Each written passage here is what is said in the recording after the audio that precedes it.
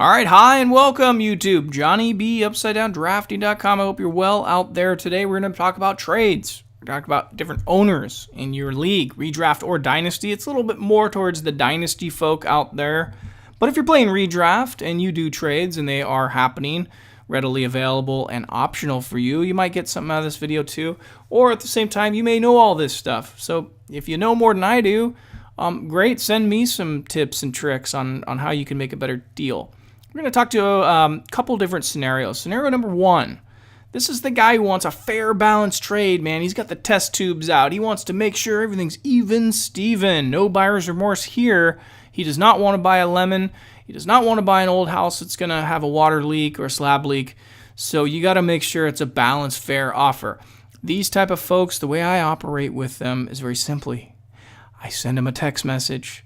I ask them what's going on, if they're even interested in the deal. I'm not going to waste my time with an official offer yet because I know he has to make sure it's even Steven, like my 4-year-old, okay?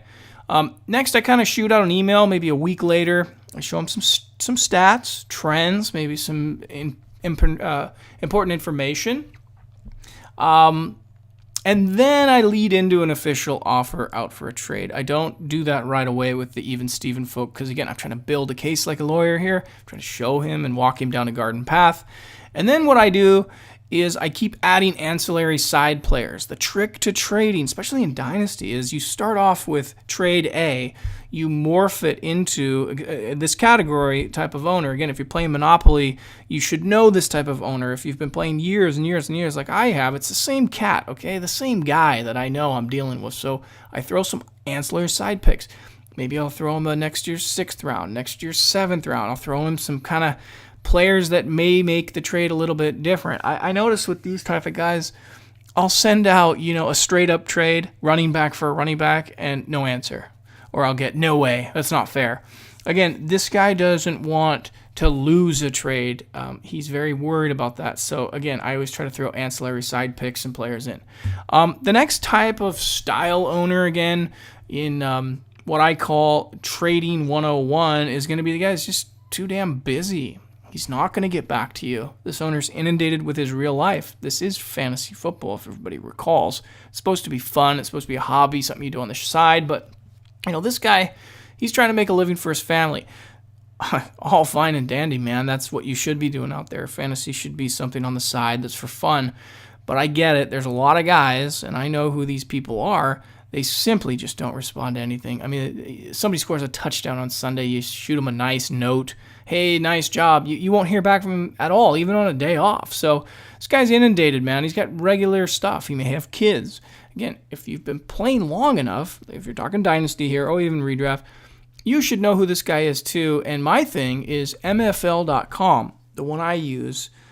You can actually find out when this guy logs on. It's pretty cool. I think that's why it's such an expert website rather than the Yahoo, the ESPNs, and some of the other ones that are, look, they're all fine and dandy. MFL is an elevated professional website, in my opinion, because this type of detail, I can find out right here when the guy logs in to the site. Then I can understand, okay, here's his day job. I can understand different things. Now, I wrote a little message here. Send this owner last-minute trade offers 5 minutes prior to game time. I have found this to be a secret weapon on these type of folks. They're going to be tuning in. They're going to be near the computer because these type of folks, maybe they're so busy that they have to wait until 9:30 in the morning on a Sunday to actually plug in a lineup. And at that time, they're probably still going to tinker with lineups and stuff like this, I've noticed. So I always shoot them a last-minute offer. Usually it's a low-ball offer. And, hey, if they're a sucker and they take it, you might just get lucky. I've had that happen a couple times with these folks. Again, you won't hear from them all week long, and all of a sudden on Sunday morning they're texting you back and like, whoa, what happened to this guy? He's back. The busy guy. He's here. And sometimes I've even had people pull the trigger and then they're like, yeah, you know what? I shouldn't have done that because of this or that. Look, I'm not trying to say you're intentionally fleecing a guy like this, but at the same time, I just know I usually get a better reaction on a snap last minute type of offer. There you go on that guy. So which leads me to believe there is an owner out there who realizes within the first 3 weeks, maybe even week 4, this guy's not going to make a run. Okay, this guy's ready to tank after 3 weeks. He knows he can't catch anybody. He knows he wants the suck for Luck. If everybody remembers Indianapolis Colts a few years back, Andrew Luck, right? They're doing it in the Jets camp right now, and they saw Cleveland do it last year. So if you identify this guy early, let's try to make offers this guy can't refuse. Make them very simple. Okay, if you're ready to make a run week 3, 4, 5, and 6, you're like, okay, I'm set, man. I know what I'm doing. I'm talking dynasty here. I want to mortgage some picks next year because I want to steal some of his top-notch guys. And depending on how this guy reacts, he may give you some of his veteran wide receivers, running backs that you could use. I used an example last year, owner in our league who won it all. He actually mortgaged 2 of his future round picks for Jordy Nelson, won the league in the playoffs with Jordy Nelson. It's that type of mentality. Keep an eye on this type of owner that is ready to tank, and you can actually benefit your team. Remember, Dynasty's funny. You want to have a blended mix of playing for the future, but you also want to play for now too. And I notice when you play a little bit more like Redraft and Dynasty, it's more fun, number 1, and number 2, you're going to get guys that are established and make a run. So keep that in mind. Obviously, I still look for future picks just the same, but if you have a chance to make a run, why not do it? And if you can identify that early in the season, even better. These are the owners right here that everybody wants. These are the trading partners, okay? You're milking a cow here. I got 3 to 4 guys in my league right now that I consider trading partners. I'm not trying to make enemies with anybody. I'm not trying to be that guy that is selling water bottles for $100 when the normal water bottle should be about, $2. Okay, you don't want to create this scarcity where everybody hates you, doesn't want to trade with you. Everyone says, "Oh no, stay away from that owner." You want guys that reciprocate, mutually beneficial here. Find out who they are and keep the milk flowing. Once you get a couple of these guys, you can go back to the well. Now, does it mean you have to take every single deal? No. I'm just saying, be this guy's best friend. Keep him on the back burner because you're going to need more of this in fantasy football. In time, I try to establish, just under half of my league. I'd like trading partners like this, so it's easy. I can go back to the well and say, hey, what are you thinking? This is what I'm thinking. And typically, these guys are good responders. They'll even call you over the phone, that type of thing. Again, if you've been playing for a long time, you're going to identify these people quicker. Not everybody's like this, so you got to hang on to as many as you can get, even if you only have 1 or 2. The last guy is this capitalist pig, and, this owner is the chipper. I call him Chipper Charlie. He will chip you away. You will eventually get tired of this guy. It's one of these where you send an offer, he counters. You look at it again, and you're like, what is this guy thinking? Counter offer? What?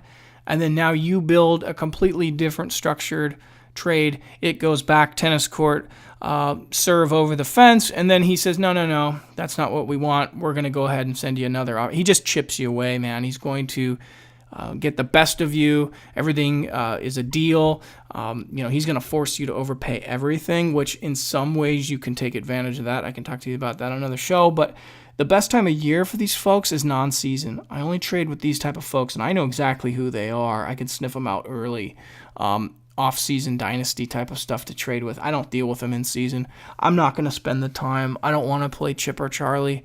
I don't want to be that guy that goes back, 9 text messages, 9 trades on the website, only to go nowhere. And I know I'll never go anywhere with these type of people. So, again, off-season is your best bet with this.